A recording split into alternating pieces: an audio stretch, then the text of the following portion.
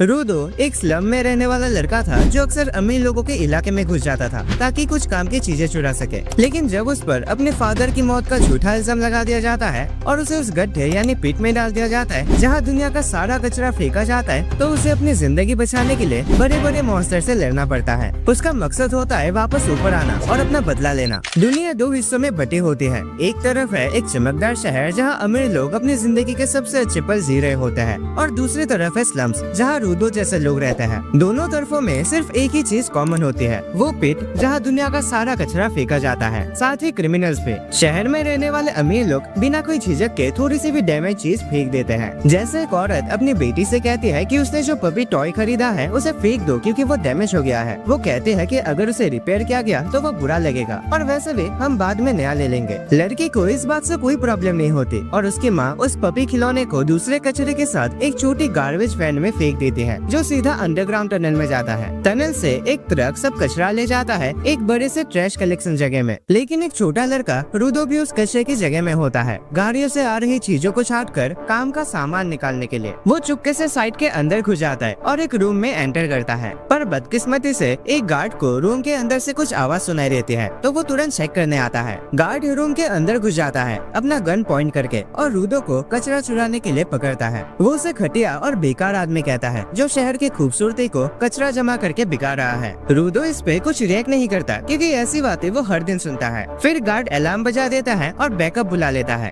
जैसे ही और गार्ड्स वहाँ आते हैं रूदो उन पर कुछ कचरे के बैग्स फेंक देता है और क्योंकि वो लोग सफाई के पागल होते हैं उनकी यूनिफॉर्म्स पे अंडे गिरते ही वो रुक जाते हैं। वो सिर्फ रूदो को वैन से भागते हुए देखते रहते हैं और कुछ नहीं करते। रूदो वैन से बाहर निकलता है एग्जिट के पास, लेकिन गेट उसके मुंह पे ही बंद हो जाता है और तभी और गार्ड्स भी वहाँ आ जाते हैं। अगले दिन कचरा चुराने वाले लड़के के बारे में शहर में खबर फैल जाती है और सभी लोग स्लम्स वालों को दोषी मानते हैं। दीवार के दूसरी तरफ स्लम में रहने वाले जानते हैं कि जिम्मेदार कौन है, क्योंकि ये पहली बार नहीं है जब रूदो ने ट्रैश कलेक्शन साइट में घुसने की कोशिश की है। उन्हें लगता है कि एक दिन वो पकड़ा जाएगा और ज्यादातर लोग तो ये भी चाहते हैं कि वो पकड़ा जाए, पर रूदो को किसी की परवाह नहीं होती। वो अपनी दुकान लगाता है ताकि कुछ जरूरी चीजों को ठीक करके बेच सके जो उसने कचरे से निकाला है। जब उसके दो चीवा आते हैं और उस पे गुस्सा होते हैं तो वो पूछती है तो इतना बड़ा रिस्क क्यों लेता है सिर्फ शहर के लोगों के कचरे में से चीजें ढूंढने के लिए। रूदो जवाब देता है अरे ऐसा कुछ नहीं, वो अमीर लोग तो बिना सोचे समझे बिल्कुल काम की चीजें भी फेंक देते हैं। मुझे उन चीजों के लिए बुरा लगता है जो वो लोग ऐसे ही वेस्ट कर देते हैं, तो मैं उन्हें वापस ले आता हूँ और अगर उनसे कुछ पैसे भी मिल जाए तो और अच्छा है। चीवा को उसकी बात समझ आते हैं, लेकिन तभी तीन लड़के वहाँ जाते हैं अपने नाक दबाए हुए और कहते हैं चीची यहाँ कचरे की बदबू आ रही है। वो चीवा से कहते हैं कि वो रूदो से दूर रहे, नहीं तो उसमें भी कचरे वाली बदबू आ जाएगी। वो रूदो के मोटे काले ग्लव्स का मजाक उड़ाते हैं जो वो अपने पूर्वजों के टाइम से नहीं धोया है और कहते हैं कि अगर किसी ने उसे छू लिया तो उसे एलर्जी हो जाएगी। एक लड़का उस लैंडर को लात मारता है जो रूदो ने अभी अभी ठीक किया था और कहता है अबे चिरकुट, कोई इस कचरे को खरीदने नहीं आएगा। वो कहता है कि रूदो के हाथ उसके ग्लव से भी ज्यादा अजीब है, इसलिए वो हमेशा उन्हें छुपा के रखता है। रूदो चुपचाप उनकी हर बात सुनता है, लेकिन जैसे एक लड़का उसे मर्डरर का बेटा कहता है रूदो का गुस्सा एकदम से भड़क उठता है। लेकिन वो लड़के नहीं रुकते। वो कहते हैं कि ये स्लम तो असल में क्रिमिनल्स को बंद करने के लिए बनाया गया था और अब यहाँ जो लोग रहते हैं वो उन्हीं के परिवार में से है, इसीलिए वो हमेशा अपनी रेपुटेशन साफ रखने की कोशिश करते हैं। पर रूदो के फादर ने उनकी इज्जत को मिट्टी में मिला दिया जब उन्होंने वो हादसा किया। रूदो अब और बर्दाश्त नहीं कर पाता और तीनों को एक भयंकर नजर से देखता है। वो इतने डर जाते हैं कि तुरंत वहाँ से भाग जाते हैं। भागते हुए भी वो रूदो को गाली देते हैं और कहते हैं कि वो भी एक दिन अपने फादर जैसा बन जाएगा। रूदो फिर से चुपचाप अपना लैम्प ठीक करना शुरू कर देता है। चीवा उससे कहते हैं मुझे यकीन है तुम अच्छे इंसान हो और तुम कभी भी अपने फादर जैसे नहीं बनोगे। रूदो शर्म से लाल हो जाता है, लेकिन उसके शुक्रिया कहने से पहले ही चीवा की नजर उस पपी टॉय पर पड़ती है जो रूदो कल रात कचरे के ढेर से लाया था। पता चलता है कि रूदो वो पपी चीवा के लिए गिफ्ट के रूप में लाया था, लेकिन जैसे ही वो उसे देने ही वाला होता है चीवा की माँ वहाँ आ जाते हैं और उसे वापस ले जाते हैं। रूदो उसके बाद घर लौट जाता है और देखता है कि उसका स्टेप फादर रेक्टो उसका इंतजार कर रहा था। रेक्टो एकदम से उसकी मिमिक्री करने लगता है जैसे वो चीवा को पपी देने में नर्वस हो रहा था और रूदो शर्मा जाता है क्योंकि उसे पता ही नहीं था कि रेक्टो उसे देख रहा था। रेक्टो कहता है इस बारे में बाद में बात करेंगे, पहले ये बता उस कचरे वाली जगह की छोटी सी यात्रा के बारे में क्या कहना है। रेक्टो उसे कहता है कि उसे इतना ज्यादा खुद पर बोझ नहीं डालना चाहिए क्योंकि उनकी फाइनेंशियल कंडीशन सिचुएशन इतनी भी बुरी नहीं है। उसे लगता है कि रूडो थोड़ा गिल्टी फील करता है क्योंकि उसने उसे अडॉप्ट किया था जब उसके असली फादर को उस पिट में डाल दिया गया था एक हादसे के लिए। लेकिन रूडो कहता है कि ऐसा कुछ नहीं है। वो रेक्टो से कहता है कि वो उसे अपना परिवार मानता है और सिर्फ अपना फर्ज निभा रहा है। रेक्टो सिंपल तरीके से कहता है, इतनी ईमानदारी अगर तुम चीवा के सामने दिखाते तो मैं भी वो बच जाती। और ये सुनकर रूडो इतना घबरा जाता है कि कल रात वाली चोट दोबारा दर्द देने लगती है। रेक्टो तुरंत उसका फर्स्ट एड करता है और उसके हाथों के बैंडेज भी बदल देता है। जब रूडो अपने हाथों को देखता है तो उसे याद आता है कि वो तब से चोट खाते आया है जब से उसे होश है। लोग हमेशा उसके हाथों को देखकर जज करते थे और कभी कभी उन जख्मों में बिना किसी वजह के इतना दर्द होता था कि बर्दाश्त नहीं होता। फिर एक दिन रेक्टो ने उसे वो काले ग्लव्स दिए थे जो जादुई तरीके से दर्द को दबा देते थे। जब रेक्टो उसके सभी चोटों का इलाज कर लेता है तो वो उसे कहता है, जल्दी से चीवा को अपनी फीलिंग्स बता दे, नहीं तो कोई और उसे ले जाएगा। और जब दोनों इस बात को लेकर मजाक कर रहे होते हैं तभी एक अजीब सा मास्क पहना हुआ आदमी सड़क से सब कुछ सुन रहा होता है। अगले दिन रूडो हिम्मत जुटाकर फाइनली डिसाइड करता है कि वो चीवा को अपने दिल की बात बताएगा और उस पपी टॉय के साथ उसके घर की तरफ निकल पड़ता है। लेकिन रास्ते में उसका सामना एक ऐसे हादसे से होता है जो स्लम्स में अक्सर नहीं होता। स्लम के कोने पर एक पिट है जहाँ या तो सारा कचरा फेंका जाता है या फिर क्रिमिनल्स लोगों को डाल दिया जाता है। आज एक और गुनहगार को उस गड्ढे में फेंका जा रहा है और रूडो बस चुपचाप एग्जीक्यूशन देखता रहता है। सोचता है कि अंदर जाने के बाद इन लोगों के साथ क्या होता होगा। तभी वहाँ चीवा आ जाते हैं और कहते हैं कि ये तो काफी खौफनाक सीन है। रूडो पैनिक में आ जाता है क्योंकि वो उसे अभी मिलने के लिए तैयार नहीं था। चीवा अचानक से एग्जीक्यूशन और दूसरे चीजों पे बात करने लगते हैं। फिर वो रूडो से कहते हैं, मैं नहीं चाहती तुम भी कभी उस गड्ढे में जाओ।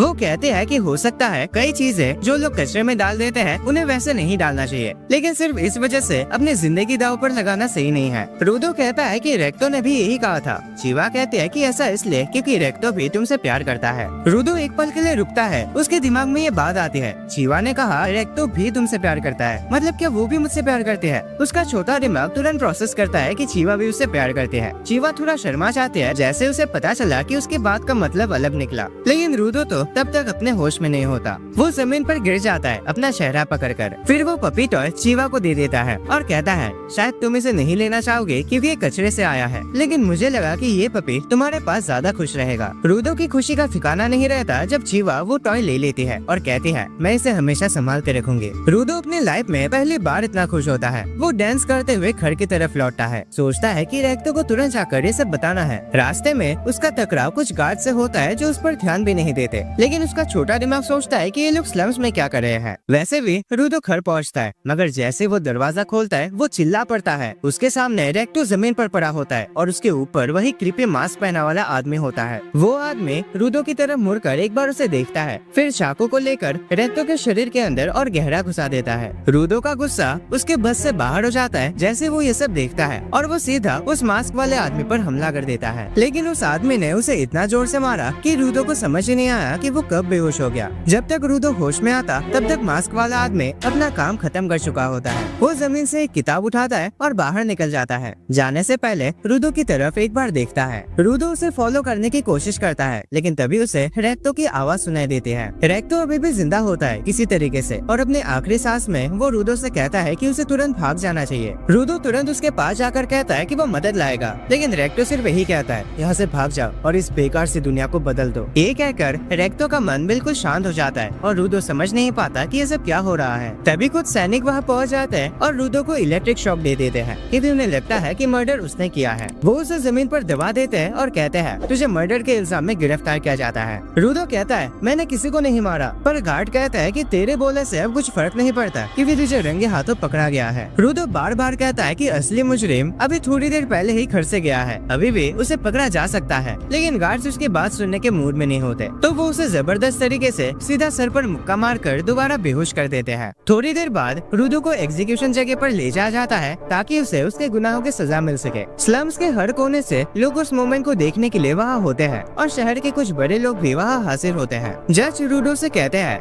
मर्डर करना दुनिया के सबसे बड़े गुनाहों में से एक है और चाहे तुमने सिर्फ एक स्लम में रहने वाले को मारा हो, सजा कम नहीं की जाएगी। जज अनाउंस करता है कि रूडो को पनिशमेंट के रूप में गड्ढे में यानी पिट में डाल दिया जाएगा। लोग ये सुनकर शेयर करने लगते हैं। रूडो अब भी यकीन नहीं कर पाता कि उसके साथ ये सब क्या हो रहा है। वो बस ये चाहता है कि कम से कम एक इंसान उस पर विश्वास करे कि उसने किसी को नहीं मारा। उसकी नजर भीड़ में किसी को ढूंढती है और वो रुक जाते हैं चीवा पर। रूडो जोर से चिल्लाता है, मैंने रेक्टो को नहीं मारा, मेरा यकीन करो। वो चीवा से कहता है, प्लीज असली कातिल को ढूंढना और उसे सजा देना। लेकिन चीवा बस इतना कहते हैं, मैंने तुम पर भरोसा किया था लेकिन तुम इस लायक नहीं थे। आखिर तुम भी अपने बाप की तरह एक मर्डरर निकले। और वो पपी नीचे गिरा देते हैं और उसकी तरफ पीट करके चली जाते हैं। चीवा का ये धोखा रूडो को सबसे ज्यादा चुभता है। वो लोगों पर चिल्ला पड़ता है जो उसे इंसानी कचरा कह रहे होते हैं, जो गड्ढे में जाने लायक है। रूडो कहता है, असली कचरा तो तुम लोग हो, दिमाग के नाम पे तुम लोग के अंदर बस पैसा, लालच और भूसा भरा है। वो कसम खाता है कि वो सबको नरक भेजेगा। तभी उसके नजर पड़ते है कि वो कातिल अभी भी भीड़ में छुपा हुआ है, लेकिन उसे किसी को कुछ बताने का मौका ही नहीं मिलता क्योंकि उसे गड्ढे के किनारे से धक्का दे दिया जाता है। रूडो को लगता है जैसे वो हमेशा के लिए गिरता जा रहा है और एक पॉइंट पे आके वो बेहोश हो जाता है। लेकिन किस्मत अच्छी थी, गड्ढे के नीचे पड़ा सारा कचरा उसकी जान बचा लेता है। और जब वो होश में आता है तो देखता है कि उसे एक भी चोट नहीं आई। वो सोचता है कि ये क्या हो रहा है और ये कैसे मुमकिन है कि वो अभी भी जिंदा है। तभी उस जगह की गंदी बदबू अचानक उसके नाक पे अटैक करते हैं।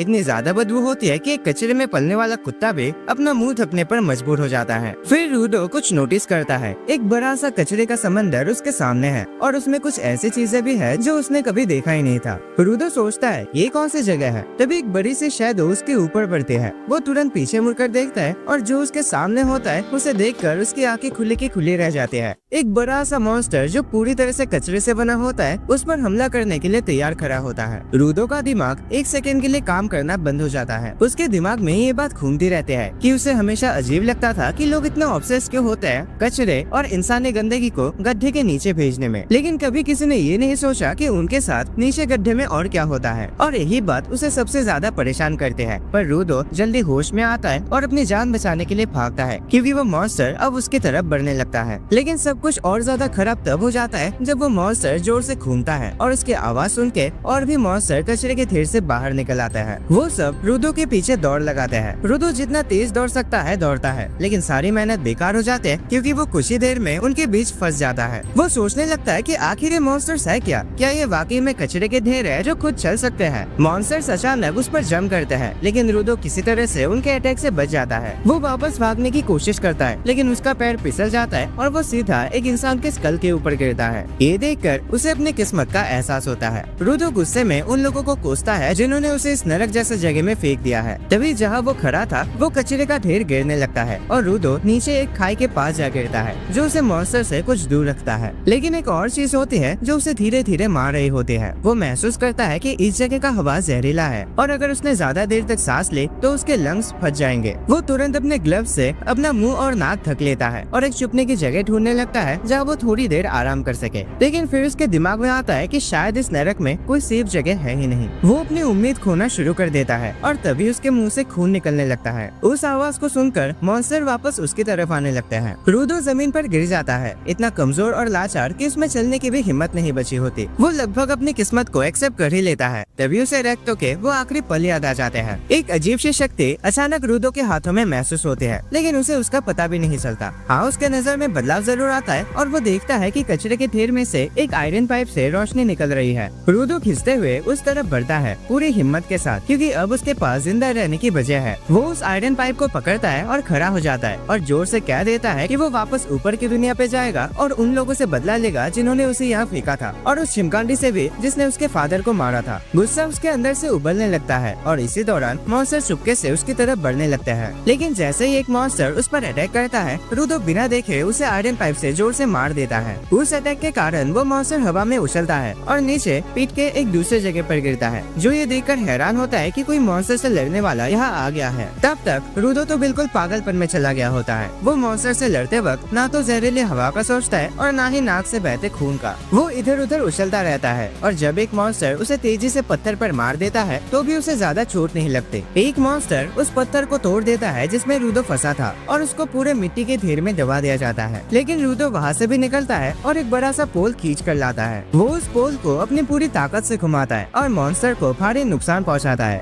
लेकिन अचानक एक और मॉन्स्टर उसके बिल्कुल नीचे से निकल आता है। रूडो किसी तरह उसके दांत से बचकर उछल जाता है, लेकिन अब जहरीले हवा का असर दिखने लगता है। उसके मुंह से दोबारा खून निकलता है और मॉन्स्टर इस मौके का फायदा उठाकर उसके और करीब आ जाते हैं। किस्मत से उसकी वो रहस्यमय शक्ति फिर से जाग जाती है, जो उसे इतनी ताकत और हिम्मत देती है कि वो अपनी जगह पे खड़ा रह जाता है, चाहे एक साथ दो मॉन्स्टर से उस पर हमला क्यों न कर रहे हो। रूडो उस टक्कर से आराम से बच निकलता है और एक मेटल के टुकड़े से मॉन्स्टर का स्कल चीर देता है। फिर वो दूसरे मॉन्स्टर पर हमला करता है, उसे बीच से काट कर टुकड़े टुकड़े कर देता है और वो मॉन्स्टर फंस जाता है। इसके बाद रूडो थोड़ा आराम करता है, लेकिन तभी एक और भयानक मॉन्स्टर उसकी तरफ बढ़ने लगता है। जैसे ही रूडो उसे देखता है, वो डिसाइड करता है कि अभी भागना ही बेहतर ऑप्शन होगा, ताकि वो अपनी ताकत वापस पा सके। लेकिन मॉन्स्टर जमीन पर जोर से पैर मारता है और इतनी शक्ति से शॉकवेव निकलते हैं कि रूडो हवा में उछल जाता है। लेकिन जब रूडो आंखें खोलता है तो उसके होश उड़ जाते हैं। एक आदमी अजीब सा मास्क पहने हुए उसके ऊपर खड़ा होता है। रूडो सोचता है कि ये कौन है, वो कहाँ से आया। तभी वो आदमी उसे उठाता है और आगे जोर से धक्का मार देता है। रूडो के मुंह से खून निकलता है और लगभग उस आदमी से टकरा जाने वाला होता है, लेकिन तभी वो आदमी उसके मुंह पर एक गैस मास्क पहना देता है, जिससे रूडो फिर से सांस ले पाता है।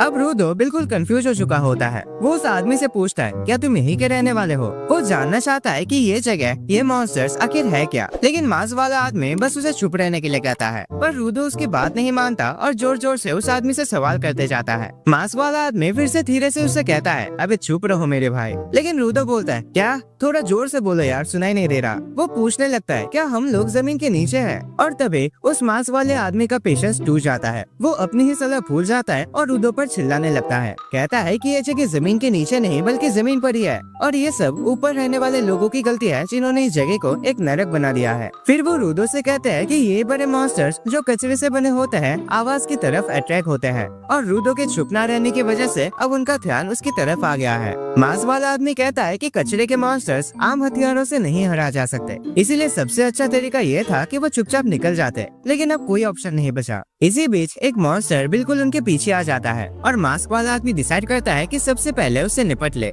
तभी उसके हाथ से एक गोल्डन एनर्जी निकलती है और उसके छाते को कवर कर लेते हैं, जिससे वो छाता एक हथियार में बदल जाता है। मॉन्स्टर उन पर हमला करता है, लेकिन मास्क वाला आदमी अपने छाते को उसके मुंह के सामने घुमाता है और मॉन्स्टर को पीस कर रख देता है। मॉन्स्टर के टुकड़े चारों तरफ बिखर जाते हैं और तुरंत ही सब कुछ राख बन जाता है। रूडो तो पहले ही उस अजीब से पावर से हैरान था, लेकिन अब उसे और भी ज्यादा क्यूरियोसिटी हो रही थी कि मॉन्स्टर इस बार अटैक के बाद रीजनरेट क्यों नहीं हुआ। तभी एक मॉन्स्टर का बड़ा सा ग्रुप वहाँ आ पहुँचता है, लेकिन मास्क वाला आदमी कॉन्फिडेंट होता है कि वो सबसे निपट लेगा। वो मॉन्स्टर की तरफ दौड़ता है और अपने छाते के ब्लेड से उन्हें तुरंत उड़ा देता है, फिर अपने छाते को पैराशूट बनाकर हवा में उछल जाता है। रूडो सोचने लगता है, क्या ये कोई स्पेशल टेक्नोलॉजी है जो यहाँ के लोग यूज करते हैं, या ये सिर्फ उस मास्क वाले आदमी की पावर है। इसी बीच मास्क वाला आदमी सबसे आखिरी बड़े मॉन्स्टर के सामने जा पहुँचता है। मॉन्स्टर अचानक उस पर एक एसिड का गोला थूकता है। वो छाते से उस एसिड को रोकता है और बिखेर देता है, और वो एसिड कचरे के ढेर पे गिरते ही जोर से धमाका हो जाता है। मास्क वाला आदमी मॉन्स्टर के सिर को बेस बनाकर और ऊपर उछल जाता है। उसके बाद वो अपने छाते में और ज्यादा एनर्जी डाल देता है, जिससे उसका साइज और पावर दोनों बढ़ जाता है। वो मॉन्स्टर के सिर की तरफ सीधा पॉइंट करता है और छाते से उस मॉन्स्टर को और नीचे की जमीन को भी काट डालता है। सब कुछ खत्म होने के बाद मास्क वाला आदमी रूडो के पास आता है। रूडो उससे पूछता है, भाई तू है कौन? आदमी अपना मास्क उतारता है और अपना नाम बताता है, एंजिन, एक साफ सफाई करने वाला आदमी। लेकिन तुरंत ही उसे जहरीली हवा का एहसास होता है और वो अपना मास्क उतारने का पछतावा करता है। एंजिन रूडो को गाली देता है कि उसके कहने पे उसने अपना मास्क उतारा, और तभी रूडो अचानक बेहोश हो जाता है। जब वो बेहोश होता है तो एक बचपन का सीन उसके सपने में आता है। वो घर वापस आया था जब उसके दोस्तों ने उसे मारकर एक नाली में धकेल लिया था, सिर्फ इसीलिए क्योंकि उसने उनसे कहा था कि चीजें भी जिंदा होते हैं, और उन्हें उसकी बात पर विश्वास नहीं हुआ। रेक्टो उससे पूछता है, फिर क्या तुमने उस लड़के को मारा? और रूडो जवाब देता है कि नहीं, मैंने नहीं मारा। उसने रेक्टो से पूछा कि क्या ये बात सच है कि अगर किसी चीज का ध्यान रखा जाता है तो एक दिन उसमें एक जान आ जाती है। रेक्टो ने उसे साफ करते हुए कहा कि ये सिर्फ एक पुरानी कहानी है जो लोगों को ये सिखाती है कि उनके पास जो भी चीजें हैं उनकी कदर करनी चाहिए, लेकिन व्यक्तिगत रूप से उसे ये मानना पसंद है कि हर चीज में एक जान होती है। रूडो ये सुनकर और भी ज्यादा एक्साइटेड हो जाता है और पूछता है कि क्या उनके घर की चीजों में भी जान है, जैसे कि उसके ग्लव्स। रेक्टो ने बस इतना कहा कि अगर तुम इनका ध्यान रखोगे तो एक दिन इनमें भी जान आ जाएगी। इसी बात पर रूडो अचानक अपने सपने से उठता है और देखता है कि वो जंजीरों में जकड़कर इंजन के पीछे घसीटता हुआ जा रहा है। रूडो उसे गाली देता है और कहता है कि उसे छोड़ दे, लेकिन इंजन कहता है कि वो उसे सिर्फ एक सुरक्षित जगह ले जा रहा है। रूडो को अब कोई फर्क नहीं पड़ता क्योंकि उसे बस बदला लेना है। लेकिन उसके ये शब्द सुनकर इंजन रुक जाता है। वो कहता है कि यहाँ के लोग उस ऊपर वाली दुनिया को स्पीयर बोलते हैं और वहाँ वापस जाना नामुमकिन है, क्योंकि वो इस आसमान को जो लगातार घूम रहा है उसको पार कैसे करेगा। साथ ही वो ये भी बताता है कि अभी वो जिस दुनिया में है इसको ग्राउंड बोलते हैं। फिर वो रूडो को दोबारा घसीटने लगता है और कहता है कि अब वापस जाना पॉसिबल नहीं है, इसीलिए उसे अपने नए जीवन को एक्सेप्ट कर लेना चाहिए। रूडो हार मानने से इनकार कर देता है और कहता है कि वो किसी भी कीमत पर ऊपर की दुनिया में वापस जाएगा। उसका मानना है कि इंजन को रास्ता पता है, लेकिन वो छुपा रहा है। वो चिल्ला चिल्ला कर कहता है कि सब कुछ बता दो, वरना वो इतना चिल्लाएगा कि और मॉन्स्टर्स आ जाएंगे। इंजन गुस्से में आकर कहता है कि ठीक है, वो उसे बताएगा कि ये जगह असल में है क्या। वो उसे और भी लापरवाही से घसीटने लगता है और एक ऐसी जगह में ले जाता है जो बाकी जगहों से 100 गुना साफ है। इंजन उसे वही छोड़ देता है और कहता है कि मजे करो, और तुरंत चला जाता है। रूडो चिल्लाता है, अबे ओए, कम से कम मुझे खोल तो दो, लेकिन इंजन कुछ कहे बिना वहाँ से चला जाता है। तभी कुछ लोग गैस मास्क पहने हुए ट्रक से बाहर निकलते हैं और रूडो की तरफ बढ़ते हैं। रूडो सोचता है कि क्या ये लोग इस जगह के रहने वाले हैं। वो लोग भी उसे देखकर काफी क्यूरियस होते हैं। उसके कपड़ों से अंदाजा लगाते हैं कि वो स्पीयर से आया है और अजीब अंदाज में उसके पास आते हैं। रूडो घबरा कर कहता है कि वो स्पीयर से गिर गया था। ये सुनकर वो लोग अपने मास्क निकाल लेते हैं और काफी एक्साइटेड हो जाते हैं, क्योंकि पहली बार उन्होंने किसी जिंदा स्पीयर के इंसान को देखा है। पहले उन्हें सिर्फ उनके लाशें ही मिलती थी। वो लोग रूडो का चेहरा देखने लगते हैं और रूडो तुरंत उनसे दूर हट जाता है। वो कहते हैं कि उनका इरादा बुरा नहीं है और उसकी जंजीरें खोलने लगते हैं, जिसे रूडो सोचता है कि ये इंजन से तो काफी अच्छे लोग हैं। लेकिन सब कुछ असल में एक चाल थी और कुछ ही देर में रूडो खुद को एक ट्रक के अंदर और भी मजबूती से बंधा हुआ पाता है। रूडो हैरान हो जाता है कि ये सब क्या हो रहा है, लेकिन बाहर के लोग बात कर रहे होते हैं कि उनके हाथ एक जिंदा स्पेराइट मिल गया है, जो उनके लिए बहुत कीमती सबूत बनेगा। यहाँ के लोग उन ऊपर रहने वाले लोगों को स्पेराइट बोलते हैं। वो कहते हैं कि लोग मरते हुए स्पेराइट के बॉडी पार्ट्स और कपड़ों के लिए भी पागल होते हैं, तो एक जिंदा मिल जाए तो वो और भी ज्यादा बिकता है। तब उनका लीडर कहता है कि लोग इतनी बड़ी रकम इसलिए देते हैं क्योंकि उन्हें स्पीयर में रहने वाले लोगों से नफरत है। स्पीयर के लोगों ने अपने कचरे को ग्राउंड पर फेंक दिया, जिससे हवा जहरीली हो गई और मॉन्स्टर्स पैदा हो गए। जिन लोगों ने मॉन्स्टर से अपने घर, परिवार या जान खोई है, उनमें स्पेराइट्स के लिए गहरी नफरत है, और जब उन्हें कोई जिंदा स्पेराइट मिलता है तो वो उसे बर्बाद कर देते हैं। लीडर कहता है कि रूडो को ग्राउंड पर स्वागत करने के लिए वो उसे कुछ खिलाएगा, और वो खाना होता है सड़ी हुई मांस और कुछ पुरानी बेकार चीजें। लीडर मजाक उड़ाता है कि स्पेराइट जैसे लोग तो कभी कचरा छूटे भी नहीं, तो ऐसे खाने को कैसे हजम करेंगे। लेकिन जैसे ही वो रूडो के मुंह में मांस डालने जाता है, ये उसकी सबसे बड़ी गलती होती है। रूडो उसके कुछ उंगलियां भी काट लेता है, उसे चबा जाता है और साथ ही वो सड़ी हुई चीजें भी खा जाता है। फिर रूडो कहता है कि ये कचरा नहीं है, ये अभी भी खाने लायक है। वो लोग डर के मारे हिल भी नहीं पाते, क्योंकि उन्होंने ऐसा डरावना इंसान पहले कभी नहीं देखा। लेकिन ये तो सिर्फ शुरुआत होती है। रूडो सबसे गुस्सा है इस बात पर कि लोग चीजों को कचरा कहकर उनके कदर नहीं करते, इसीलिए अब वो चुप रहने वाला नहीं है। उसकी ताकत फिर से उभर कर आते हैं और वो जंजीरों से छूट जाता है। वो बाहर जंप करता है और जमीन पर अपनी ताकत छोड़ देता है, जिससे आसपास की चीजें उठ जाती है। इंजन दूर से सब कुछ देख रहा होता है और वो खुश होता है कि रूडो भी एक गिवर निकला, एक ऐसा व्यक्ति जो किसी भी चीज में जान डाल सकता है और उनकी शक्ति निकाल सकता है, बिल्कुल उसकी तरह। तभी रूडो को रेक्टो की एक बात याद आती है, जिन चीजों का तुम ध्यान रखते हो वो तुम्हारा भी ध्यान रखते हैं। वो अपना मास्क हटा देता है और अपने बांधने वाली चेन को उठाकर उसमें जान डाल देता है, जिससे वो उसे एक हथियार की तरह यूज कर सकता है। लोग उस पर हमला करते हैं, लेकिन रूडो बस चेन से जमीन पर मार देता है, जिससे सब पीछे हट जाते हैं। उनका लीडर चिल्लाता है कि चेन को टारगेट करो, क्योंकि गिवर अपने ऑब्जेक्ट के बिना कुछ नहीं है। उसके आदमी रूडो के उस चेन को फेंकने में सफल हो जाते हैं, लेकिन उनके लिए सबसे बड़ा झटका तब लगता है जब रूडो एक टायर उठाता है और उसमें भी जान डाल देता है। ये काफी रेयर होता है, इवन पावरफुल गिवर्स के लिए भी, कि वो एक से ज्यादा चीजों में जान डाल सकते हैं। वो सबको आसानी से हरा देता है और लीडर की तरफ बढ़ता है, जो अभी भी उसे गालियां दे रहा होता है। लेकिन जैसे ही रूडो उस पर अटैक करने जाता है, इंजन वहाँ आ जाता है और उसे रोक देता है। रूडो तुरंत अपने होश में आ जाता है, उसकी ताकत चली जाती है और वो टायर जिसमें उसने जान डाली थी मिट्टी में बदल जाता है। रूडो के नाम से खून आ जाता है और वो समझने की कोशिश करता है कि अभी उसने क्या किया।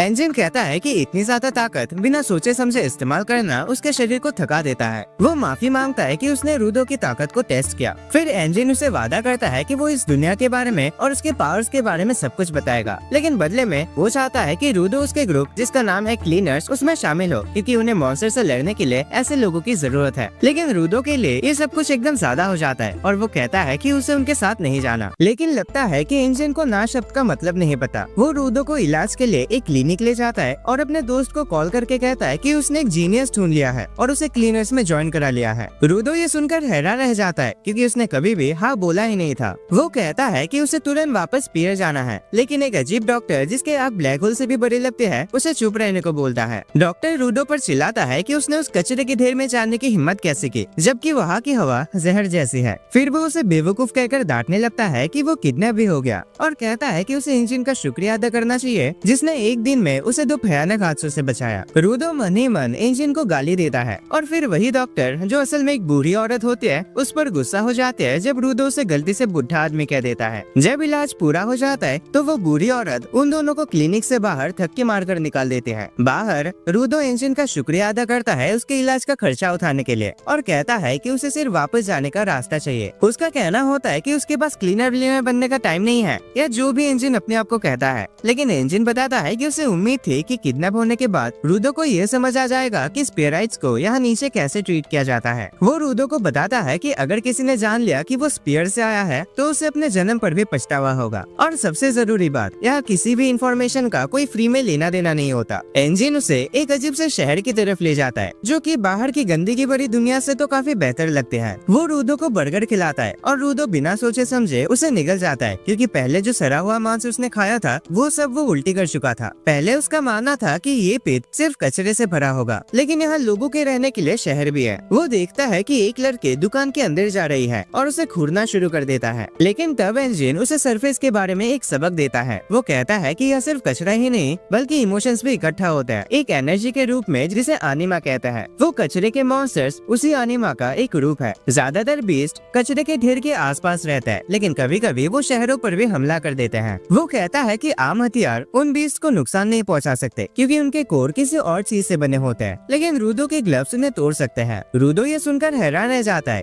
इंजन उसे बताता है कि जब किसी चीज का सालों तक ध्यान रखा जाता है तो उसमें भी आनिमा जमा हो जाता है और ऐसे ऑब्जेक्ट्स को वाइटल इंस्ट्रूमेंट कहते हैं। वाइटल इंस्ट्रूमेंट उन बीस्ट के कोर्स को तोड़ने में सक्षम होते हैं, लेकिन हर कोई उनके अंदर के पावर्स को नहीं जगा सकता। इंजन कहता है कि उन जैसे कुछ लोग ही उस पावर को जगा सकते हैं और ऐसे लोगों को गिवर्स कहते हैं। उनकी ऑर्गेनाइजेशन द क्लीनर्स इन्हीं गिवर्स से बनी है जो बीस्ट को खत्म करते हैं। रूडो इंजन से पूछता है कि अगर वो क्लीनर्स ज्वाइन करे तो क्या वो उसे वापस पियर जाने का रास्ता बताएगा। इंजन साफ कह देता है कि उसे इसके बारे में कुछ भी नहीं पता। रूडो उस पर गुस्सा हो जाता है और कहता है कि उसने धोखा दिया। इंजन उसे याद दिलाता है कि उसने कभी नहीं कहा था कि वो उसे वापस भेजने का रास्ता जानता है, लेकिन वो ये जरूर कहता है कि उसका बॉस बहुत समझदार है और हो सकता है कि वो रूडो की मदद कर सके। रूडो को गुस्सा आ जाता है क्योंकि अब उसे पहले इंजन के बॉस से मिलना पड़ेगा, तब जाके वो कुछ फैसला कर पाएगा। तब इंजन उसे उसके ग्लव्स के बारे में पूछता है। रूडो बताता है कि उसके पापा ने वो ग्लव्स उसे दिए थे और वही एक चीज है जो उसकी याद में बची है। अब इंजन समझ आता है कि रूडो अपने इन फटे पुराने ग्लव्स से इतना लगाव क्यों रखता है और वो उससे कहता है कि उन ग्लव्स का ध्यान अच्छे से रखे क्योंकि उनमें एक अनोखी पावर बसी है। रूडो इमोशनल हो जाता है क्योंकि अब तक तो सब उसके ग्लव्स का मजाक उड़ाते थे, लेकिन तभी इंजन को एक मैसेज आता है और वो कहता है कि उसे एक दोस्त से मिलने जाना है। रूडो अचानक उठता है और उसका शुक्रिया अदा करता है इतना मदद करने के लिए। इंजन उसके जवाब में एक पैसों का बैग उस पर फेंकता है और कहता है कि ध्यान से खर्च करे। रूडो विश्वास नहीं कर पाता कि इतना कुछ करने के बाद भी इंजन उसे पैसे दे रहा है, लेकिन इंजन कहता है कि इसमें बड़ी बात क्या है, उसने तो रूडो के कपड़े बेच दिए थे उन पैसों के लिए। उसी पैसों से वो रूडो का इलाज करवा पाया और उसे खाना भी खिला पाया, इसीलिए उसे शुक्रिया कहने की भी जरूरत नहीं है। रूडो ये सुनकर हिल जाता है, लेकिन इंजन उसे समझाता है कि वैसे भी वो स्पियर के कपड़ों में शहर में घूम नहीं सकता था। फिर इंजन कहता है कि अब वो अपने ट्रेनर से मिलने जा रहा है और रूडो से कहता है कि वो वहीं रुककर इंतजार करे। रूडो अंदर से गुस्से से उबल रहा होता है, लेकिन तभी उसकी नजर एक बिल्ली पर पड़ती है जो उसके पैसे लेकर भाग जाते हैं। वो तुरंत उसके पीछे दौड़ता है, लेकिन बिल्ली को पकड़ नहीं पाता। किस्मत से उसे रास्ते में एक छान जैसा डंडा मिलता है जिसे वो तुरंत उठाता है और उसकी मदद से बिल्ली को रोक लेता है। जैसे वो बिल्ली को दबा लेता है, उस डंडे का असली मालिक वहाँ आ जाता है और रूडो पर गुस्सा हो जाता है कि उसने उसका स्टाफ चुराने की कोशिश की। रूडो उससे पूछता है कि इस बेकार सी लकड़ी में ऐसा क्या खास है। तब वो आदमी और भी गुस्सा हो जाता है। वो तुरंत अपना स्टिक वापस ले लेता है और रूडो को धक्का देकर कहता है कि उसे अपने काम की कीमत चुकानी पड़ेगी। इसके बाद वो आदमी अपने स्टाफ के साथ अजीब हरकतें करने लगता है, जिससे रूडो पूरी तरह से कंफ्यूज हो जाता है। तभी उसकी नजर इंजन के छतरी पर बने क्लीनर्स के सिंबल पर पड़ती है और वो समझ जाता है कि सामने वाला आदमी भी एक क्लीनर है। वो आदमी अपने स्टाफ की पावर को एक्टिवेट करता है और उसे एक हथियार में बदल देता है, फिर उससे रूडो पर हमला करता है। लेकिन वो जानबूझकर चूक जाता है क्योंकि इंजन ने उसे रूडो के बारे में पहले ही बता दिया था। वो अपना इंट्रोडक्शन देता है जांग का,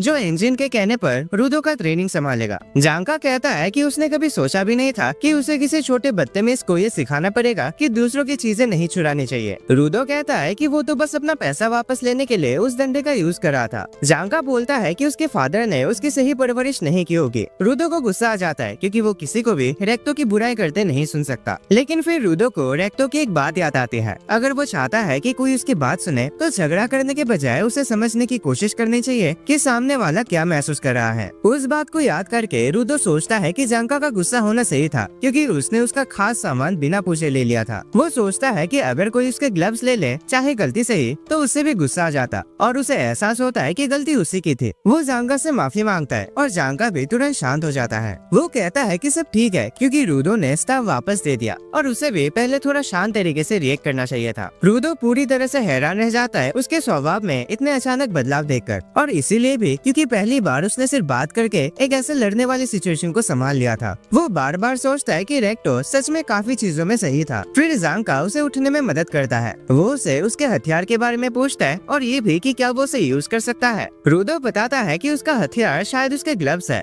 लेकिन उसे उनकी एबिलिटीज के बारे में अभी तक कुछ नहीं पता। जांगा उसके ग्लव्स को देखता है और कहता है कि ये काफी कूल है, लेकिन रूडो अभी भी हैरान है कि वो इतना बदला हुआ क्यों लग रहा है। तभी उसे अचानक समझ आता है कि ये शायद इसीलिए है क्योंकि अब वो मुस्कुरा रहा है और रेक्टो हमेशा कहता था कि अगर दोस्त बनाना है तो मुस्कुराना पड़ेगा, पर अनफॉर्चुनेटली रूडो ने कभी पहले स्माइल नहीं किया था और इसीलिए शायद उसे अपने चेहरे के मसल्स को सही तरीके से चलाना सीखने के लिए किसी जिम ट्रेनर की जरूरत पड़ेगी। और भी दुख की बात यह है कि उसे खुद ये बात पता भी नहीं था, इसीलिए वो अपनी तरफ से पूरी कोशिश करता है एक अच्छी स्माइल कॉपी करने की, लेकिन उसके चेहरे पर जो एक्सप्रेशन आता है वो जांगा के लिए अब तक का सबसे भयानक चेहरा होता है जो उसने किसी इंसान पर देखा हो। जांगा तुरंत उस पर चिल्लाता है, पूछता है कि ये कैसी शक्ल बना रखी है। वो ये भी पूछता है, क्या तुम मुझे चिढ़ाने की कोशिश कर रहा है इस चेहरे के साथ? रूडो समझाता है, अरे नहीं भाई, ये अब तक की मेरी बेस्ट स्माइल है जो मैं दे सकता हूँ। जांगा कहता है कि एक अंधा इंसान भी बोल देगा कि ये कोई स्माइल नहीं है। तो रूडो डिसाइड करता है कि वो अपने आंखों और होठों को बंद करेगा ताकि ज्यादा नेचुरल लगे। इस बार वो थोड़ा कम अजीब लगता है, लेकिन फिर भी जांगा का गुस्सा ठंडा नहीं होता। जांगा सोचता है कि शायद रूडो अब ओवर कॉन्फिडेंट हो गया है क्योंकि इंजन ने उसे जीनियस कहा था और अब वो उसका मजाक उड़ा रहा है। वो कहता है, अगर तू ऐसे मजाक करता रहा तो कभी अपने सपने को हासिल नहीं कर पाएगा। लेकिन ये एक लाइन थी जो उसे नहीं बोलनी चाहिए थी। रूडो तुरंत सोचता है अपने सपने के बारे में, स्पीयर में वापस जाना और रेक्टो की अंतिम इच्छा के मुताबिक पूरे स्पीयर को बदलना। वो जांगा को कहता है कि वो अपने गोल्स को लेकर बिल्कुल सीरियस है। वो कहता है, देख लकड़ी के डंडे, पहली बात तो यह है कि तू मेरा इंसल्ट करना बंद कर। जांगा फिर से अपना वेपन निकाल लेता है और कहता है कि उन दोनों के बीच कभी नहीं बनेगी। रूडो भी हाँ में हाँ मिलाता है और पास के एक गार्बेज बिन से एक मेटल रॉड निकाल लेता है और उसमें पावर जगा देता है। जांगा हैरान रह जाता है देखकर कि रूडो एक रैंडम चीज को भी अपने हथियार के रूप में इस्तेमाल कर सकता है और तभी उसे समझ आता है कि इंजन ने उसे जीनियस क्यों कहा था। लेकिन वो अब भी कॉन्फिडेंट है कि अगर रूडो के पास सिर्फ नेचुरल टैलेंट है तो वो उस जैसे एक एवरेज इंसान से नहीं जीत पाएगा जो मेहनत करके यहाँ तक पहुँचा है। रूडो उसके बात को एक इंसल्ट नहीं समझता और ध्यान नहीं देता जब तक जांगा का स्टाफ उसके बिल्कुल पास सिर्फ कुछ ही दूरी पर गिरता है। उसे बचने के लिए जोर से हटना पड़ता है और वो भागता है, जिससे जांगा तुरंत ऑफेंसिव मोड में चला जाता है और उसे जमीन पर गिरा देता है। जांगा अपनी जीत से खुश होता है, लेकिन फिर उसके चेहरे पर कुछ दिखाई देता है। वो उसे साफ करता है और क्यूरियोसिटी में उसे सूंघता है और उसे पता चलता है कि वो टट्टी थी। वो शौक में चिल्लाता है क्योंकि रूडो ने जो मेटल रॉड उठाए थे वो असल में एक टॉयलेट क्लीनर का हिस्सा था। जांगा उसे समझाने की कोशिश करता है कि वो टॉयलेट क्लीनर जिसे प्लंजर कहता है वो क्या होता है, लेकिन रूडो कोई भी बात सुनने के मूड में नहीं होता। वो गुस्से में उस प्लंजर को घुमाना शुरू कर देता है जो अभी भी किसी के पालक पनीर से भरा हुआ था। जांगा घबरा जाता है और अपनी तरफ से पूरी कोशिश करता है उड़ती हुई गंदगी से बचने की और आखिरकार वो रूडो से भाग जाता है। रूडो को समझ नहीं आता कि वो अब इतना डरा हुआ क्यों है, लेकिन जब बात उसके फेवर में जा रही है तो उसे कौन रोके। अब वो उसका पीछा करता है, जांगा को प्लंजर से डराता हुआ। थोड़ी देर बाद वो दोनों छोटी गलियों में टॉम एंड जेरी जैसे भाग दौड़ करते हैं। फिर जांगा मेन सड़क तक पहुंच जाता है और रूडो उसके बिल्कुल पीछे। अचानक जांगा के पैरों के बीच एक बिल्ली आ जाती है और वो अपना बैलेंस खो बैठता है, जिससे रूडो को उसके करीब पहुंचने का मौका मिल जाता है। रूडो जमीन से उछलता है और पूरे जोर से प्लंजर घुमाता है उस बेचारे जांगा की तरफ। जांगा पर गरम गरम टट्टी का अटैक पड़ता है जो उसे सीधा बेहोश कर देता है। थोड़ी देर बाद एंजिन वहाँ पहुँचता है दोनों को चेक करने। वो रूडो से पूछता है तुम मिल ले अपने नए टीचर से। रूडो सिर्फ जांगा की तरफ उंगली से इशारा करता है जो अभी भी कचरे के ढेर पर पड़ा हुआ हिलता डुलता नजर आता है। एंजिन उसे साफ करने में मदद करता है और अपने गाड़ी में बिठा लेता है, लेकिन वो हंसी नहीं रोक पाता कि जांगा को कैसे किसी ने टट्टी से हरा दिया। भाई इससे अच्छा तुम मर जाते, क्या करोगे इस टट्टी भरी जिंदगी का। रूडो भी अंदर से थोड़ा सदमे में चला जाता है जब उसे सच में समझ आता है कि वो इतने टाइम से किस चीज को सड़कों पर लहरा रहा था। फिर एंजिन कहता है कि जांगा एक बिगड़ा हुआ लड़का है और उसने कभी नहीं सोचा था कि कोई उसे इस तरह संभालेगा। रूडो सिर्फ जांगा को देखता रह जाता है जब उसकी नजर कार के बैक सीट में रखे एक जूते पर पड़ते हैं। तब एंजिन रूडो से कहता है कि चाहे उनकी पहली मुलाकात अच्छी ना रही हो, लेकिन अब जांगा ही उसका टीचर होगा। वो जांगा की तारीफ करता है कि वो मैजिकल हथियारों को हैंडल करने में सबसे स्किल ट्रेनर है। ऐसा लगता है कि जांगा एंजिन की बातों को काफी सीरियसली लेता है क्योंकि वो ये सुनकर धीरे से मुस्कुराने लगता है। तभी एंजिन गाड़ी के पीछे बैठे एक औरत जिसका नाम रियो है उससे पूछता है तू कब से यहाँ है। रियो अपनी नींद से उठती है और कहती है कि उसे नए लड़के के बारे में क्यूरियोसिटी थी इसलिए आ गई। रूडो उसे बस देखता रह जाता है क्योंकि वो काफी सुंदर है। और फिर अचानक रियो उसके बालों से खेलने लगते हैं क्योंकि वो काफी यूनिक है, जिससे रूडो सोचता है कि क्या वो गलती से स्वर्ग में आ गया है। जब तक वो अपने ख्यालों में खोया रहता है, एंजिन गाड़ी चलाता हुआ शहर के बाहर ले जाता है, एक ऐसी जगह जहाँ क्लीनर हेडक्वार्टर्स जंगल के बीचों बीच मौजूद है। एंजिन कुछ खंडर जैसे शहरों के पास से गुजरता है और एक मजबूत टनल तक पहुँचता है जो एक बड़े पत्थर के दीवार के अंदर से गुजरते हैं। जब वो टनल के दूसरी तरफ निकलता है, सब लोग कार से उतरता है और एंजिन रूडो का स्वागत करता है क्लीनर्स के हेडक्वार्टर्स में। रूडो अभी भी रियो की उसके बालों से खेलने वाले मूवमेंट से शौक में होता है और जैसे वो बिल्डिंग की तरफ बढ़ता है, कुछ मक्खियाँ उसके आसपास मंडराने लगते हैं। बिल्डिंग के अंदर एक हॉटशॉट रिसेप्शनिस्ट शांति से एक एडल्ट मैगजीन पढ़ रहे होते हैं। एंजिन उसका इंट्रोडक्शन रूडो से करवाता है। उसका नाम है सैम्यू। वो कहता है कि सैम्यू हर नए मेंबर को देखकर जज करते हैं, लेकिन जैसे वो उसकी एबिलिटी के बारे में बताने वाला होता है, सैम्यू तुरंत अपना चम्मच रूडो की तरफ फेंकते हैं। दोनों मक्खियों को एक ही बार में मार गिराते हैं। रूडो बिल्कुल हैरान रह जाता है, लेकिन तब सैम्यू उसका स्वागत करते हैं और कहते हैं कि एंजिन ने उसके बारे में सब कुछ बताया है, लेकिन उसे खुद भी उसका असेसमेंट करना होगा। जैसे वो अपने ग्लासेस पे फोकस करना शुरू करते हैं, एंजिन बताता है कि ये उसका वाइटल इंस्ट्रूमेंट है जो उनकी विजन को बूस्ट करता है, और जब वो पूरी तरह फोकस करे तो वो देख सकते हैं कि कोई इंसान अंदर से कैसा बना है। रूडो के लिए ये सब नया होता है, लेकिन उसे ज्यादा सोचने का वक्त नहीं मिलता। जब सैम्यू अपने ग्लासेस की पावर जगाते हैं और रूडो के पोटेंशियल को देखते हैं तो वो हैरान रह जाते हैं और तुरंत अपनी एबिलिटी बंद कर देते हैं। जब एंजिन उसे पूछता है कि उसने क्या देखा, तो वो कहते हैं कि रूडो ऑलरेडी फिजिकली फिट है, इसीलिए उसे बॉडी ट्रेनिंग की जरूरत नहीं है और उसका अपने वाइटल इंस्ट्रूमेंट के साथ कनेक्शन भी अच्छा है, बस उसे सही से यूज करने के लिए थोड़ी ट्रेनिंग चाहिए। एंजिन को लगता है कि वो कुछ छुपा रही है, तो वो उसे दोबारा पूछता है। तब सैम्यू कहते हैं कि रूडो की गर्दन के पीछे अभी भी गंदगी लगी है। एंजिन ये सुनकर जोर से हंस पड़ता है और फिर डिसाइड करता है कि अब रूडो को बॉस से मिलवाया जाए, लेकिन जाते वक्त वो सैम्यू की तरफ देखता है क्योंकि उसे लगता है कि वो कुछ जरूर छुपा रही है। रास्ते में एंजिन रूडो को बताता है कि टोटल 100 क्लीनर्स है, जिनमें फाइटर्स, गार्ड्स और सपोर्ट करने वाले लोग शामिल हैं, लेकिन उन सब की ड्यूटी अलग अलग जगह होती है, इसीलिए ज्यादातर लोग हेडक्वार्टर्स में नहीं मिलते। वो कहता है कि रूडो को कुछ क्लीनर से मिलना चाहिए और ये ज्यादा टाइम नहीं लेगा, लेकिन जैसे वो लिविंग रूम का दरवाजा खोलता है, अंदर ऑलरेडी कुछ क्लीनर्स होते हैं, तो वो तुरंत दरवाजा बंद कर देता है और कहता है कि पहचान वहचान बाद में हो जाएगी। थोड़ी देर बाद वो लोग बॉस के रूम के पास पहुंचता है, लेकिन उसके अंदर जाने से पहले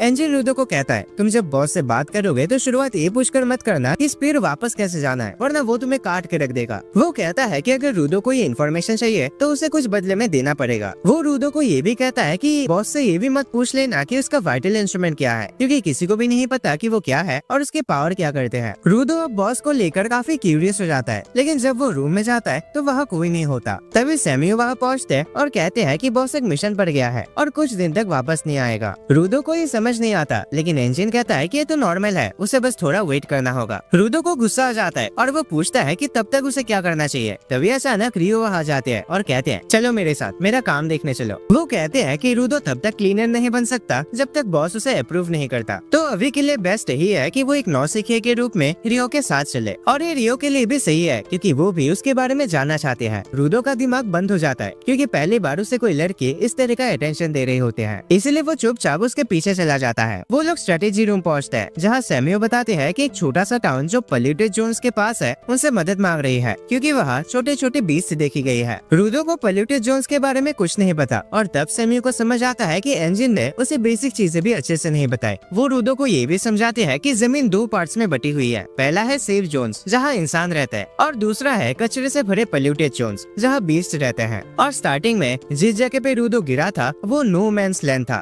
एक बहुत ही खतरनाक पोल्यूटेड जोन जहाँ किसी भी इंसान का जाना मना है, क्योंकि वहाँ ज्यादातर लोग जमीन पर कदम रखते ही मर जाते हैं। वो रूडो को एक मास्क देते हैं और कहते हैं कि पोल्यूटेड जोन्स में हमेशा मास्क पहना करो, क्योंकि बिना मास्क के 15 मिनट में ही जहरीले गैसेस की वजह से मौत हो सकती है। बाद में रूडो रियो और उसकी टीम के साथ मिशन पर चला जाता है। रियो से कहते हैं कि वो हमेशा उसके करीब रहे ताकि वो सब कुछ सीख सके। रूडो को अभी भी अजीब सा फील हो रहा होता है, लेकिन फिर उसके दिमाग में ये बात आती है, मैं खुद नो मैंस जोन में कितनी देर तक था, कितना पॉइजन मेरे अंदर चला गया होगा। फिर उसका ध्यान उसके सामने पड़े कचरे के ढेर पर चला जाता है और वो सोचता है कि क्या स्पीयर के लोगों को पता है कि नीचे लोग रहते हैं। लेकिन वो सब अब मायने नहीं रखते, क्योंकि रूडो के लिए अब सबसे इम्पोर्टेंट चीज वही कचरा है। उसके लिए वो सिर्फ कचरे का ढेर नहीं बल्कि एक खजाने का पहाड़ है जहाँ से वो काम की चीजें ढूंढ सकता है और उन्हें रिपेयर कर सकता है बिना किसी के डांट खाए। फिर रूडो रियो के पास पहुँचता है और उसे पूछता है कि उसके साथ जो बाकी लोग हैं वो कौन है। रियो जवाब देते हैं कि वो लोग सपोर्टर्स हैं, इनके पास लड़ाई करने के लिए उनके जैसे स्पेशल पावर्स तो नहीं होते, लेकिन मिशन में इन लोगों से बहुत मदद मिलती है। उनमें से एक सपोर्टर रूडो की तरफ अपना हाथ बढ़ाता है और रूडो थोड़ा घबरा कर उसका हाथ पकड़ता है। सपोर्टर तुरंत अपनी पूरी ताकत से उसका हाथ दबा देते हैं। रूडो दर्द से कांप जाता है और रियो हंस पड़ते हैं, कहते हैं कि इस बंदे की ग्रिप स्ट्रेंथ कमाल के है और ये अपने हाथों से किसी भी बीस्ट के बाहर की लेयर को चीर सकता है। रूडो सोचता है कि इस पागल भरवे को ज्यादा देर तक वो बर्दाश्त नहीं कर सकता। तभी एक सपोर्टर सबको अलर्ट करता है कि बीस्ट आ रहे हैं। रूडो डिसाइड करता है कि वो ध्यान से सब कुछ देखेगा ताकि जितना हो सके सीख सके। जल्दी ही छोटी बकरियों जैसे बीस्ट का एक झुंड जंगल से बाहर आता है और रूडो घबरा जाता है। वो रियो से पूछता है, हम इतने सारे दुश्मनों से कैसे सामना करेंगे? रियो कहते हैं, अरे कुछ नहीं होगा, चिल करो, ये सिर्फ कमजोर और धीरे चलने वाले बीस्ट है, यहाँ तक कि वो तो उस फेंस को भी पार नहीं कर सकते। और उसके बाद सच होते हैं, वो बकरियां उस फेंस पर अटैक करते हैं लेकिन कोई डैमेज नहीं कर पाते। लेकिन अचानक उनके दूसरे पलटन आ जाते हैं, इस बार और भी बड़े और ज्यादा खतरनाक बीस्ट के साथ। वो फेंस को धक्का देना शुरू करता है और तोड़ने लगता है। रूडो फिर से पैनिक करता है और रियो से पूछता है कि अब क्या करे? ये बस थोड़े ज्यादा स्ट्रॉन्ग है पहले वालों से, पर अभी भी तुम्हारे जैसे एक नए स्टूडेंट के ट्रेनिंग के लिए बिल्कुल ठीक है। वो कहते हैं कि उनसे जल्दी निपट लो, फिर बेस वापस जाके रूडो के यहाँ आने का वेलकम पार्टी रखेंगे। रूडो को विश्वास नहीं होता कि वो इतनी चिल कैसे हो सकते हैं, जबकि वो हर रोज मॉन्स्टर से लड़ते हैं अपनी जान रिस्क में डालकर। तब रियो उससे कहते हैं, अगर ग्राउंड पर सरवाइव करना है तो ऐसे बीस्ट को हल्के में लेना जरूरी है। रूडो को अचानक याद आता है कि एंजिन भी ऐसा ही था और उसे लगता है कि शायद उसके अंदर इसी चीज की कमी थी। वो डिसाइड करता है कि अब से वो भी हर चीज को एकदम हल्के में लेगा। लेकिन तभी एक बड़ा सा बेस्ट बैरिकेड तोड़कर अंदर घुस जाता है और इस बार रियो भी थोड़ी टेंशन में आ जाते हैं। रूडो उसकी तरफ देखता है जैसे उसे कंफर्मेशन चाहिए कि सब कुछ अभी भी कंट्रोल में है ना। लेकिन रियो कहते हैं, ये बीस्ट तो कमाल का है, इतना जबरदस्त क्रिएचर मैंने आज तक नहीं देखा। ये बिगिनर्स के लिए बेस्ट मटेरियल तो नहीं है, लेकिन मैं इससे लड़ने में मजा लूंगी। तब वो अपने सीजर्स निकालते हैं जो उसका वाइटल इंस्ट्रूमेंट होता है और रूडो सिर्फ उसे आंखें फाड़कर देखता रह जाता है। रियो अपने सीजर्स एक्टिवेट करते हैं और उन्हें आसमान में फेंक देते हैं, जहाँ वो और भी बड़ा और ज्यादा तेज बन जाता है। वो उन सीजर्स को अपने पैर से पकड़ लेते हैं और मॉन्स्टर के झुंड की तरफ बढ़ते हैं और अपने स्पेशल अटैक सीजर्स किक से एक साथ काफी सारे बीस्ट को काट डालते हैं। रूडो को समझ नहीं आता कि ये हो क्या रहा है। तब एक सपोर्टर बंदा उसे बताता है कि रियो के वाइटल इंस्ट्रूमेंट का नाम है द रीपर और नॉर्मल लोगों की तरह नहीं बल्कि वो इसे अपने पैरों से चलाते हैं। रूडो रियलाइज करता है कि हर कोई अपना वाइटल इंस्ट्रूमेंट अपने यूनिक तरीके से यूज करता है। तभी वो हैंडशेक वाला सपोर्टर उससे कहता है, अबे ओए, अपने आसपास का ध्यान रखना सीख लो, वरना तुम ज्यादा देर तक यहाँ टिक नहीं पाओगे। रूडो को थोड़ा देर से पता चलता है कि एक लेवल 2 बीस्ट उस पर हमला करने वाला है, लेकिन किस्मत से एक सपोर्टर उसे अपने हाथों से रोक लेता है। उसका सर कुचलकर उसे रियो की तरफ उछाल देता है, जो आराम से उसे अपनी सीजर से काट देते हैं। वो सपोर्टर से कहते हैं कि और भी बीस्ट उसकी तरफ भेजे और वो लोग ऐसे भारी मॉन्स्टर्स उसकी तरफ फेंक देते हैं जैसे उनका वजन कुछ भी ना हो। जब तक रूडो ये सब समझता है और सीखता है कि क्लीनर्स कैसे लड़ता है, तब तक रियो ने सारे छोटे मॉन्स्टर साफ कर दिया होता है और अब सिर्फ वो मॉन्स्टर का बॉस बचा होता है। सपोर्टर्स फैसला करता है कि कोई भी छोटी बीस्ट जो लड़ाई में रुकावट डाल सकते हैं उसे खत्म कर देंगे और वो लोग इधर उधर हो जाता है। लेकिन तभी रूडो देखता है कि एक छोटा बीस्ट अभी भी जिंदा है और वो एक सपोर्टर को गिरा देता है। फिर वो उस पर जम कर लेता है और सपोर्टर बच नहीं पाता। किस्मत से रूडो उसको बचाने के लिए पहुंच जाता है और कहता है कि वो यहाँ अपनी काबिलियत साबित करेगा ताकि उसे जरूरी जानकारी जल्दी मिल सके। उसके हाथ में जो आयरन पाइप था वो एक हथियार में बदल जाता है और एक कांटे वाला बैरिकेड बन जाता है। रूडो कंफ्यूज होता है कि ये कैसे हुआ। फिर उसे याद आता है कि वो अपने पावर का इस्तेमाल तो हमेशा इंस्टिंक्ट से करता आया है, इसलिए उसे याद ही नहीं कि कैसे कंट्रोल होता है। जब वो ये सोच रहा होता है तो वो बीस्ट उस पर ज्यादा जोर से दबाव बना जाता है। तभी रायो वहाँ पहुँचते और उस बीस्ट को आसानी से खत्म कर देते हैं। वो रूडो से कहते हैं कि उसने सही किया, क्योंकि दूसरों की मदद करने का इंस्टिंक्ट फॉलो करना जरूरी होता है। दूसरा सपोर्टर भी वहाँ आता है और रियो का शुक्रिया अदा करता है। फिर पूछता है कि क्या उसने उस बड़े मॉन्स्टर को हरा दिया। रियो कहते हैं कि उसने उस मॉन्स्टर को 2 टुकड़ों में काट दिया था, लेकिन फिर भी वो खरा कैसे है ये समझ नहीं आता। वो कहते हैं कि उसने उसका कोर जरूर हिट किया था, लेकिन फिर भी अगर वो जिंदा है तो उसे छोटे छोटे टुकड़ों में काट देगी ताकि वो बेकार हो जाए। सपोर्टर्स डिसाइड करते हैं कि वो एक नए टाइप के बीस्ट का डाटा एनालाइज करेंगे जो वाइटल इंस्ट्रूमेंट के हमले से बच पाया है, और वो नजदीकी शहरों को वार्निंग देने के लिए निकल पड़ते हैं। दूसरी तरफ रियो उस बड़े मॉन्स्टर की तरफ दौड़ते हैं और रूडो बीच में अटक जाता है, क्योंकि कोई उसे नहीं बताता कि उसे क्या करना है। रियो मॉन्स्टर के मुंह पर जंप करते हैं और फिर उसके सर पर जाकर उसके सारे पाइप्स काट देते हैं। जब मॉन्स्टर टकला हो जाता है तब उसके पैर के नीचे कुछ चमकता हुआ दिखाई देता है। तभी रियो समझ जाते हैं कि वो मॉन्स्टर अपना कोर छुपा रहा था, लेकिन उसके अटैक करने से पहले ही वो बीस्ट अचानक से बहुत तेज हिलता है और उसे हवा में फेंक देता है। फिर वो दोबारा उन पाइप्स को अपने सर पर जोड़ देता है और जमीन पर जोर जोर से अपना जबड़ा मारने लगता है। रियो फिर भी उस पर लटकी होती है, लेकिन मॉन्स्टर अचानक रूडो और सपोर्टर्स की तरफ अटैक कर देता है। रूडो वही जम जाता है जब वो मेटल पाइप्स को अपनी तरफ आते देखता है, लेकिन किस्मत से उसे सीधा हिट नहीं लगता। उसके नीचे की जमीन पूरी तरह टूट जाती है और वो नीचे गिरता है। गिरते वक्त वो सोचता है कि वो यहाँ कर क्या रहा है, क्या वो इस दुनिया में सिर्फ गिरने के लिए ही आया है। उसे लगता है कि अगर सब कुछ ऐसे ही चलता रहा तो ना वो रेक्टो का बदला ले पाएगा और ना ही स्पीयर के अंदर वाले लोगों से हिसाब चुका पाएगा, और धीरे धीरे वो अंधेरे में चला जाता है। लेकिन तभी सपोर्ट वाला आदमी वहाँ जाता है रूडो को उस गड्ढे में गिरने से बचाने के लिए और उसे अंधेरे और निराशा में डूबने से भी। वो रूडो को अपने कंधे पर उठाकर कहता है कि अगर उसका कोई सपना है तो उसे रुकना नहीं चाहिए, बल्कि जब तक हो सके उसको हासिल करने की तरफ दौड़ लगानी चाहिए। वो कहता है कि सपोर्टर से ही सीख लो, जिनके पास कोई पावर्स नहीं होते लेकिन फिर भी वो अपना काम लगातार करते रहता है। तभी रूडो देखता है कि रियो मॉन्स्टर को फिर से काट रहे होते हैं और उस मॉन्स्टर की चीखों से वो अंदाजा लगा लेते हैं कि उसने उसका कमजोर हिस्सा ढूंढ लिया है। रियो ऊपर उछलते हैं और फिर तेज रफ्तार से उसके सर पर गिरते हैं। अपनी सीजर से उसका सर चीरकर कोर बाहर खींच लेते हैं। जैसे रियो जमीन पर गिरते हैं और उस कोर को तोड़ देते हैं, मॉन्स्टर अचानक राख बच जाता है। सपोर्टर तुरंत वहाँ भाग कर जाता है और पूछता है कि उसने बीस्ट को कैसे हराया। रियो कहते हैं कि उसने कोर के अलावा कुछ और छेड़ दिया और बीस्ट मर गया। उसके हाथ में एक कार्डबोर्ड कटर होता है और वो कहती है कि ये वही चीज थे जो उस बीस्ट को चला रहे थे। सपोर्टर को यकीन नहीं होता, क्योंकि उसे समझ में आता है कि ये कटर एक्चुअल में एक वाइटल इंस्ट्रूमेंट है, और ये बात बिल्कुल भी लॉजिक नहीं बनाती कि किसी बीस्ट के पास ऐसे कोई चीज कैसे हो सकते हैं। दूसरी तरफ वो गुंडों का लीडर जो रूडो को बेचने की प्लानिंग कर रहा था, अचानक एक कम रोशनी वाले कमरे में होश में आता है। वो सोचता है कि वो है कहाँ। तभी सामने सोफे पर बैठा हुआ आदमी उसे पूछता है कि स्पीयर से आए उस लड़के का लोकेशन क्या है जिसका जिक्र तुमने नींद में किया था। सो दोस्तों, आज के वीडियो के लिए बस इतना है। एंड कमेंट्स में बताना कि एनिमे कैसे लगे, और 500 कमेंट्स का टारगेट रखते हैं। हर रोज की तरह उसे भी पूरा कर देना अगर तुम्हें इस एनिमे का अगला पार्ट चाहिए। और हाँ, चैनल को सब्सक्राइब करना मत भूलना ताकि नेक्स्ट पार्ट आते ही तुम उसे पहले देख सको। और अगर तुम्हें ऐसे मजेदार एनिमे देखना है, देन स्क्रीन पे शो हो रहे उन वीडियोस पे क्लिक करो। एंड मैं तुम्हें मिलता हूँ एक और नए वीडियो पर।